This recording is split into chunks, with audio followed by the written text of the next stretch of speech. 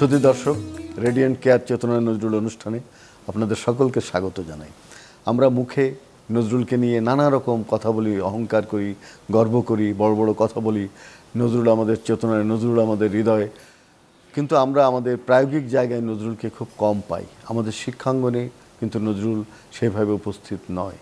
আমাদের জীবনের অনেক জায়গাতে নজরুল নেই। আজকে যদি নজরুলকে আমরা আমাদের প্রায়োগিক জায়গাগুলোতে, যে জায়গাগুলোতে নজরুলকে আমরা ব্যবহার করতে পারি, সেসব জায়গায় কিন্তু নজরুলকে আমরা ব্যবহার করি না। নজরুল সে সময় বলেছিলেন, একদিকে পাষাণ স্তূপের মতো টাকা জমা হয়ে আছে, আর একদিকে ক্ষুধার্ত নিরন্ন মানুষ। সে অবস্থার এখনও কোনো পরিবর্তন হয়নি।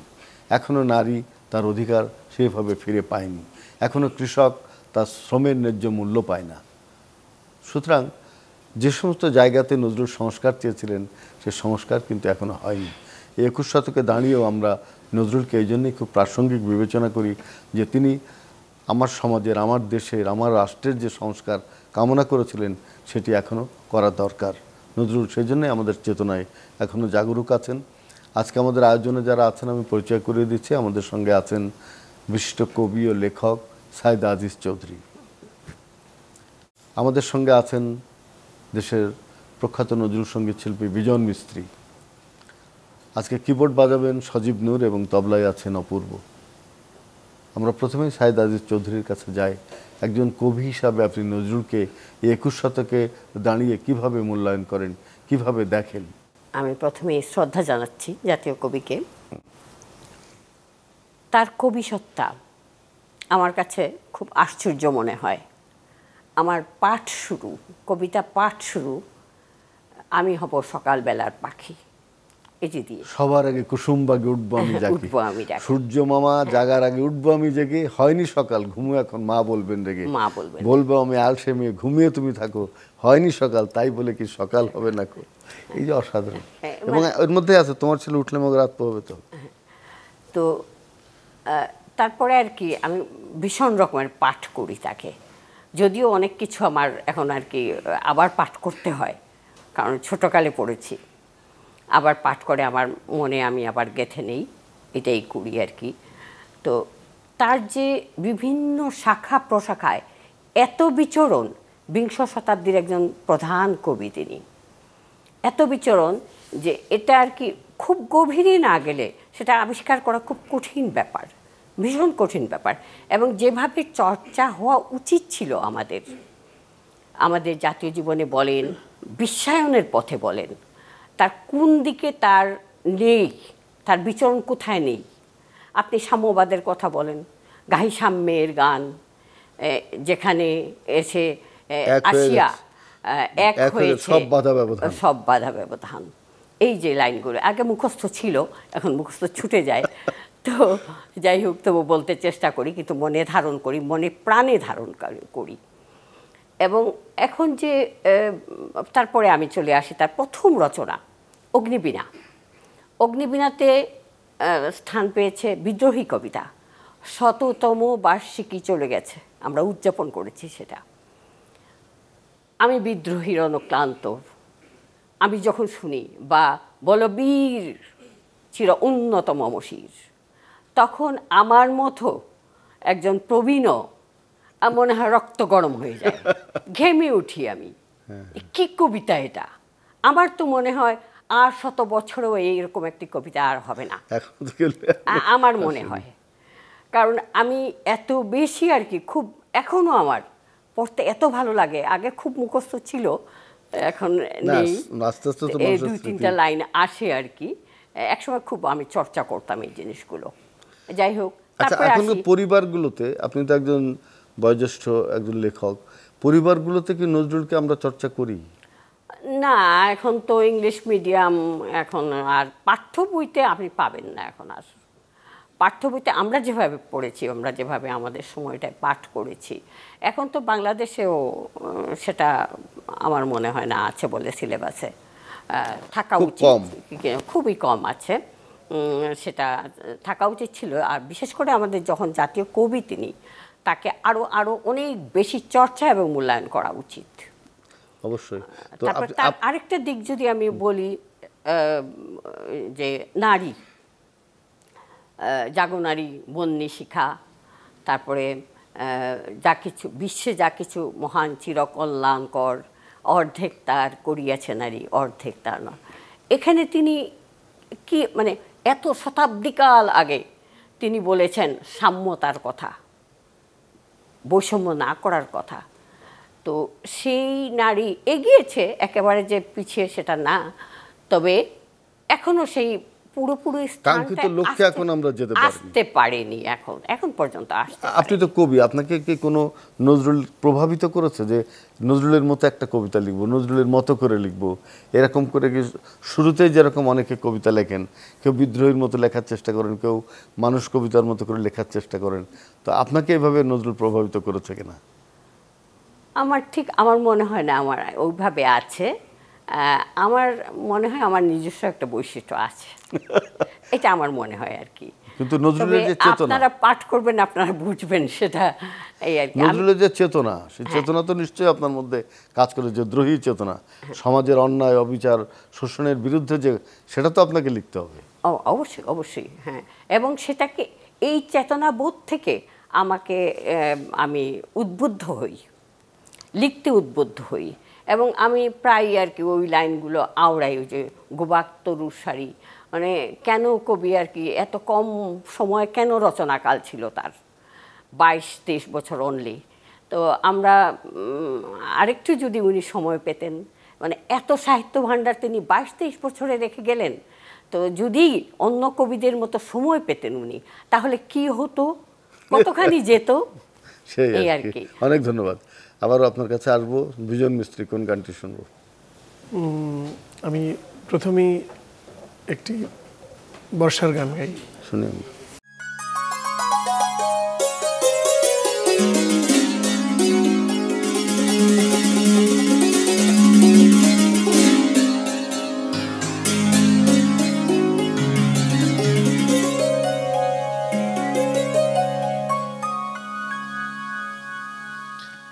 মেঘের ডমরু ঘন বাজে, মেঘের ডমরু ঘন বাজে, বিজলি চমকায় আমার মন ছায়, বিজলি চমকায় আমার মন ছায়, মনের ময়ূর যেন সাজে,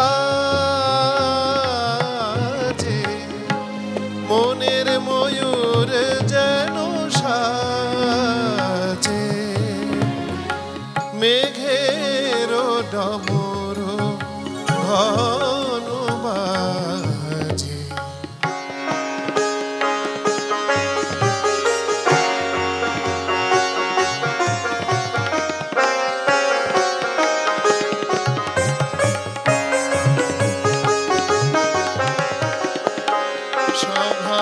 শ্রাবণ গগন তলে রিমি ঝিমি ঝিম নবধারা জলে, সঘন শ্রাবণ গগন তলে রিমি ঝিমি ঝিম নবধারা জলে, চরণ ধ্বনি বাজায় কেশে, চরণ ধ্বনি বাজায় কেশে, নয়ন লুটায় তারি লাজে, নয়ন লুটায় তারি লাজে, মেঘের ঢম ঘন বাজে, মেঘের ডমরু ঘন বাজে।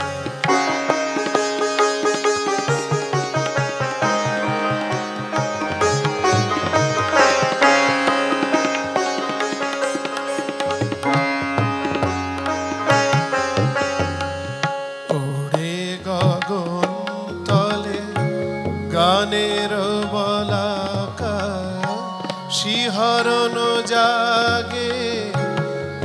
উজ্জ্বল পাখা ওড়ে গগন তলে গানের বলাকা শিহরণ জাগে উজ্জ্বল পাখা সুদূরের মেঘে অলকার পানে ভেসে চলে যায় শ্রাবণের গানে সুদূরের মেঘে অলকার পানে ভেসে চলে যায় শ্রাবণের গানে কাহারো ঠিকানা খুঁজিয়া বেড়ায় কাহারো ঠিকানা খুঁজিয়া বেড়ায়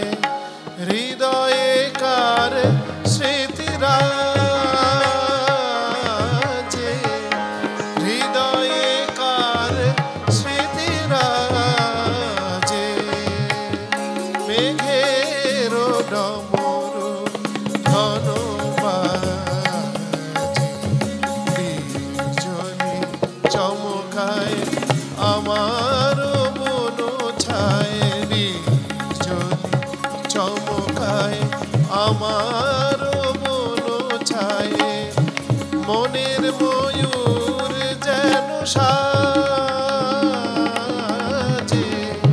মনের ময়ূর যেন সাজে মেঘের ডমরু মেঘের ডমরু মেঘের ডমরু ঘন বাজে।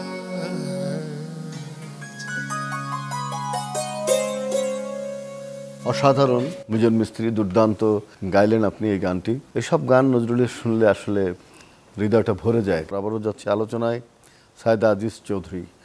আপনি বলছিলেন যে একটা অল্প সময় পেয়েছিলেন নজরুল, মাত্র 20 বছরের 21-22 বছরের সাহিত্য সাধনায় প্রায় 4000 গান, 500 কবিতা, অনেক গল্প, প্রবন্ধ, উপন্যাস এবং পাশাপাশি তার যে সম্পাদকীয়গুলো, তার বেতার জীবন, তার চলচ্চিত্রের জীবন, তার রাজনৈতিক জীবন, প্রত্যেকটা কিন্তু খুব গুরুত্বপূর্ণ এবং কোনোটাই মানুষের মঙ্গল চিন্তার বাইরে না। এমনকি তার শিশুদের জন্য যে পুতুলের বিয়ে, এর মধ্যেও কিন্তু তিনি একটা সাম্প্রদায়িক সম্প্রীতির কথা বলছেন, শিশুদের শেখাচ্ছেন। এই যে শিশুদের মানুষ গড়ে তোলার যে চেষ্টা নজরুল করেছিলেন, আজকে আমরা যে শিক্ষা প্রতিষ্ঠানগুলোতে সেটা কেন করি না? কি করা দরকার বলে আপনি মনে করেন? এক হলো পাঠ্যপুস্তকে অন্তর্ভুক্তি।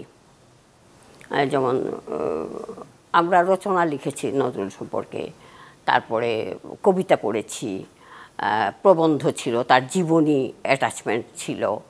তো এগুলা এখন একটু অনুপস্থিত আছে। আমার মনে হয় আরও বেশি আর কি এটা আসা উচিত। আপনি তো অনেক সময় দেশের বাইরেও অনেক সময় গেছেন, সেখানে আমাদের বাঙালি যারা আছেন, যারা বাংলা ভাষাভাষী, তারা কি নজরুলকে স্মরণ করেন, নজরুলকে পড়েন? হ্যাঁ হ্যাঁ হ্যাঁ, দেশের বাইরে প্রচুর, মানে আমি বলবো মিস করে ওরা, বাংলাকে মিস করে এবং বাংলাদেশকে মিস করে, যার জন্যে এবং পশ্চিমবঙ্গেরও যারা আছে, আমি প্রচুর অনুষ্ঠানে গিয়েছি, আমি দেখেছি প্রচুর চর্চা হয় এবং নজরুল সঙ্গীত হচ্ছে, ওইটার সঙ্গে নাচ হচ্ছে, আবার কথা হচ্ছে, আলোচনা হচ্ছে। আমিও নিজে কবিতা পড়েছি সেই সব অনুষ্ঠানে, এরকম আর কি আছে প্রচুর প্রচুর। তো এখন যে আমাদের এই যে জুলাই বিপ্লব হলো, তরুণরা যে বিপ্লব সাধন করলো, সেখানেও কিন্তু নজরুল, আপনি দেখেছেন যে নজরুলের গান, নজরুলের কবিতা। তো আমরা সেই নজরুলের কবিতা, সেই নজরুলের যে শোষণমুক্ত সমাজ যে গঠনের যে চিন্তা নজরুল করেছিলেন, আমরা স্বাধীনতা সংগ্রাম করেছি, আমরা 52-এর ভাষা আন্দোলন করেছি, আমরা 69-এর গণঅভ্যুত্থান করেছি, 90-এর স্বৈরাচার বিরুদ্ধে আন্দোলন করেছি, 24-এর গণঅভ্যুত্থান করেছি, কিন্তু কোনো জায়গাতেই তো আমরা সেই অভীষ্ট লক্ষ্যে পৌঁছতে পারছি না, যে লক্ষ্য নজরুল আমাদের তৈরি করে দিয়ে গেছেন। বাধাটা কোথায়? আমার মনে হয় আমাদের মানসিকতা সবার আগে। আমাদের যে মানসিকতা সেটার মধ্যে আমরা এই চেতনা বোধকে আরেকটু বেশি ধারণ করা উচিত, অনেক বেশি। আমরা যদি 100% করতে পারি, 100% যদি আমাদের মধ্যে নিয়ে আসতে পারি, আমার মনে হয় আমরা অনেক বেশি তার মানবিক যে ব্যাপারটা, সাম্যতা, এই যেমন বৈষম্য বিরোধী যে কথাটা নিয়ে আমরা 24-এ হলো, তো সেটা এখন পর্যন্ত কি এস্টাবলিশ হয়েছে নাকি সেটা অবশ্যই দেশের জনগণ বুঝবে। আর আমি তো কিছুটা ফিল করছি। আর আপনি কবি মানুষ এবং বাংলাদেশের এখন প্রধান শ্রেষ্ঠ কবি আপনি, তো বিশ্বের বিভিন্ন ভাষায় আপনার বিচরণ, তো এখন অনুদিত হয়েছে আপনার কবিতাগুলি 42টি মনে হয় ভাষায়। তো আপনি ভালো বুঝবেন কথাটা যে কবিদেরকে ছোট্ট জিনিসগুলো, কবিরা কিন্তু খুব সেন্টিমেন্টাল, এবং ছোট ছোট কথা কবিদেরকে ভীষণ আঘাত করে। তারা ভীষণ দেশপ্রেমিক হয় এবং তারা ব্যক্তিগত প্রেমকে অনেক সময় বিসর্জন দেয় এই দেশপ্রেমের জন্য, মানুষের জন্য। এবং আমাদের হেলাল হাফিজ তার কথা উল্লেখযোগ্য এখানে। তো আমি মাঝে মধ্যে ভীষণ নিজের মধ্যে খুবই কি বলবো সেটিয়ে যাই যে আমরা কি চেয়েছি, আমরা কি পাচ্ছি, এই আর কি জিনিসগুলো। তা আরেকটু আমার মনে হয় এই জিনিসগুলো খুব লিবারেল, মানে মুক্ত মনে এই জিনিসটা, উনার যে চৈতন্য বোধটা ছিল সেই বোধটাকে আরেকটু মানসিকভাবে আরেকটু আমাদের যেটাকে বলবো ধারণ করা দরকার।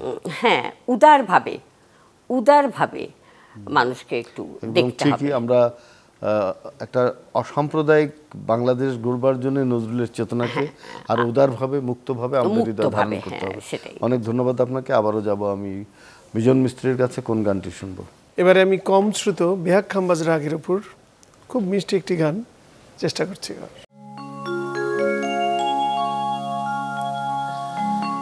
কেন চাটন পরানো এমন করে, কেন চাটন পরানো এমন করে, কেন কাঁদে গো বধূ, কেন কাঁদে গো বধূ, বধুর বুকে বাসরে, কেন চাটন পরানো এমন করে।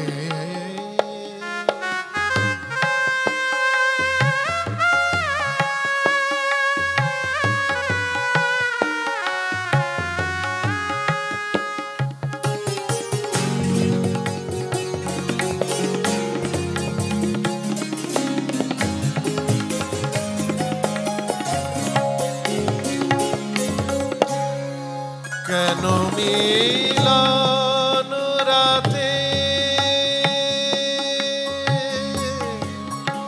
সলিল আখি পাতে, কেন মিলন রাতে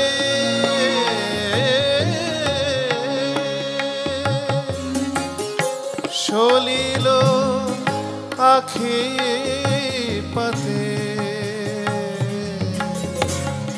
কেন ফাগুন প্রাতে, কেন ফাগুন প্রাতে সহসা বাদল ঝরে, কেন চাটন মন পরানো এমন করে।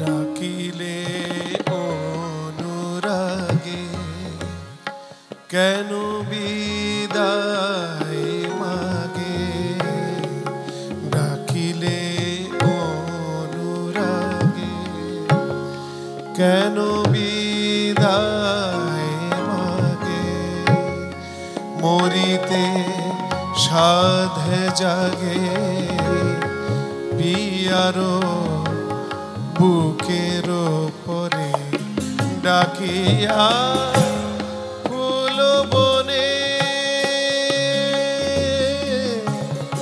থাকে সে আনো মনে, ডাকিয়া ফুল বনে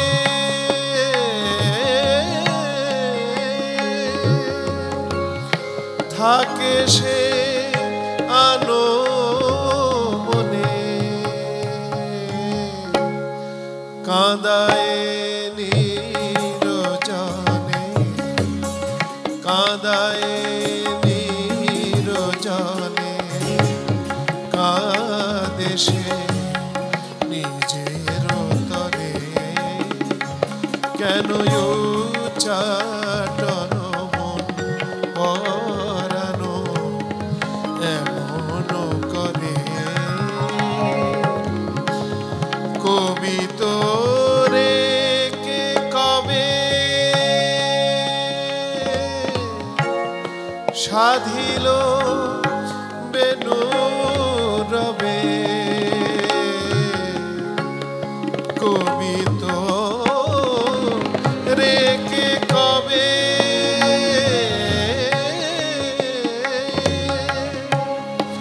সাধিল বেনু রবে, ধরিতে গেলি যাবে, ধরিতে গেলি যাবে, বেধিল কুসুম সরে, কেন চাটন পরানো এমন করে, কেন কাঁদে গো বধূ, কেন কাঁদে গো বধূ, বধুর বুকে বাসরে, কেন চাটন পরানো কেন চাটন পরানো করে। অসাধারণ, খুব ভালো লাগলো এই গানটি, অনেক ধন্যবাদ। কম শোনা যায় আর কি, খুব স্বল্পশ্রুত গান, গানগুলো এই গানটা খুবই রাগাশ্রিত গান বলে একটা অনেকে কম গান, কিন্তু নজরুলের গান যেন তরুণরা গায়, অনেকের মনে ভয় ধরিয়ে দেওয়া হয় যে নজরুলের গান গাওয়া খুব কঠিন। এই কথা বলাতে অনেকে কিন্তু নজরুলের গান ভয়ে আবার মানে চর্চা করতে চায় না, তো সেই নজরুলের গান এত কঠিনও না, চর্চা করলে কোনো কিছুই কঠিন না। নজরুলের অনেক ভালো ভালো গান আছে যেটি একদম সাধারণের মুখে মুখে ফেরার মতো গান, সেগুলো তো তরুণরা গাইতে পারে। সুতরাং আমি মনে করি আপনাদের কাজ হলো নজরুলের গান যেন আরও বেশি করে আমরা গাইতে পারি, সেদিকে নিয়ে আসা। ধন্যবাদ আপনাকে। আমি সাইদা আজিজকে অনেক ধন্যবাদ দিই যে আপনি বিদেশের এবং দেশের অভিজ্ঞতা দিয়ে নজরুলকে দেখবার চেষ্টা করছেন। আপনার কি নজরুলকে নিয়ে কোনো লেখার ইচ্ছা আছে ভবিষ্যতে? আমি উৎসর্গিত কবিতা আছে এবং আমি একটা প্রবন্ধতে হাত দিয়েছি। বাহ, আপনার প্রবন্ধ পড়ার অপেক্ষায় রইলাম। আজকে যারা বাজালেন আমাদের সঙ্গে সজীব নূর এবং অপূর্ব, আর সঙ্গীত শিল্পী বিজন মিস্ত্রি এবং সাইদা আজিজ, কবি সবাইকে অনেক অনেক কৃতজ্ঞতা। প্রিয় দর্শক, রেডিয়েন্ট কেয়ার চেতনায় নজরুল অনুষ্ঠানে আমরা আজকে এই গুণী ব্যক্তিদেরকে পেয়েছি যারা গান করলেন, নজরুল নিয়ে ভাবেন যারা। আমি তাদেরকে, সেই সাধারণ মানুষ যারা শুধু গবেষক হিসাবে চুপচাপ বসে থাকেন আর গবেষণা করেন, সেই গবেষণা কারোর কাছে পৌঁছে না, আমি কিন্তু সেই দিকে নই। আমি সাধারণ মানুষ নজরুলকে কিভাবে ভাবছে, একজন কবি, লেখক, একজন শিল্পী কিভাবে নজরুলকে ধারণ করেন, সেই কথাগুলো আমি বের করে আনতে চাই। অর্থাৎ নজরুল যে সর্বজনের কবি, তাদের কাছে পৌঁছে দিতে হবে, সেটাই হচ্ছে আমাদের লক্ষ্য। প্রিয় দর্শক, আমরা নজরুল বিশ্বে থাকবো, নজরুলকে ভালোবাসবো, এই প্রত্যাশা শেষ করছি। সবাই ভালো থাকবেন, সুস্থ থাকবেন।